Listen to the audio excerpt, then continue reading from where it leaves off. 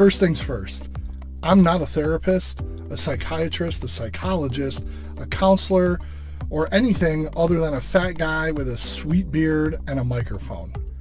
Hi everyone, I'm Dom Ferraro. I'm the host of the Brain Files, and I'm here to briefly discuss something I definitely suffer from. And you may struggle with this too. It's called Imposter Syndrome. Have you ever felt like you aren't deserving of your accomplishments or achievements? Do you ever worry that you aren't as intelligent or competent as others might think you are, and that they will eventually discover that you are just a faker? Let's talk about it.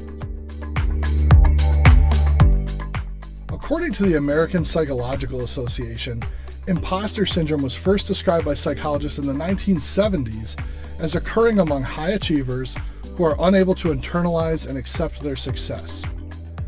They often attribute their accomplishments to luck rather than to ability, and they have a fear that others will eventually unmask them as a fraud. Though imposter syndrome isn't an official medical diagnosis, psychologists and others acknowledge that it is a very real and specific form of intellectual self-doubt. Imposter feelings are generally accompanied by anxiety and often depression. Worse yet, most people with imposter feelings suffer in silence because part of the experience is that they're afraid they're going to be found out.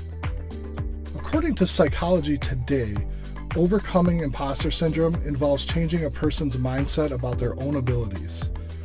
Since imposters feel like they don't belong, it is vital to acknowledge their expertise and accomplishments, and they must remind themselves that they earn their place in their academic, professional, and social environments.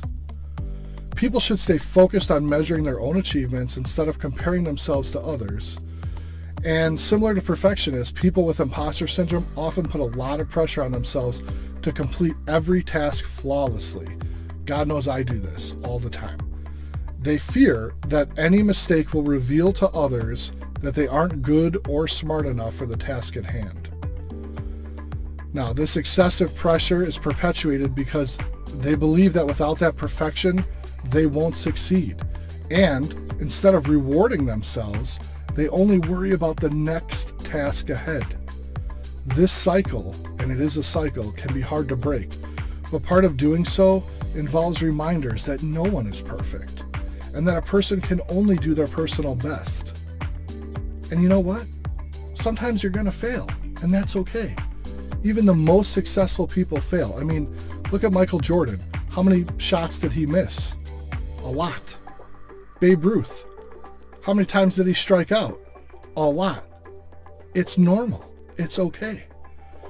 There's much more to discuss about imposter syndrome, its symptoms, and strategies for overcoming it, but we'll save that discussion for a future full-length episode of the Brain Files. In the meantime, rest assured that if you believe you are suffering from imposter syndrome, you are not alone, and that with effort, you can stop feeling like a fraud and you can learn to enjoy your accomplishments. I'm looking forward to going on that journey with you because this is a big struggle for me. Check out the comments below for some links to helpful articles about imposter syndrome, including the articles I used to create this video. Do you suffer from imposter syndrome? Do you have any personal strategies for overcoming it? If you do, please share them with the Brain Files community by posting a comment below.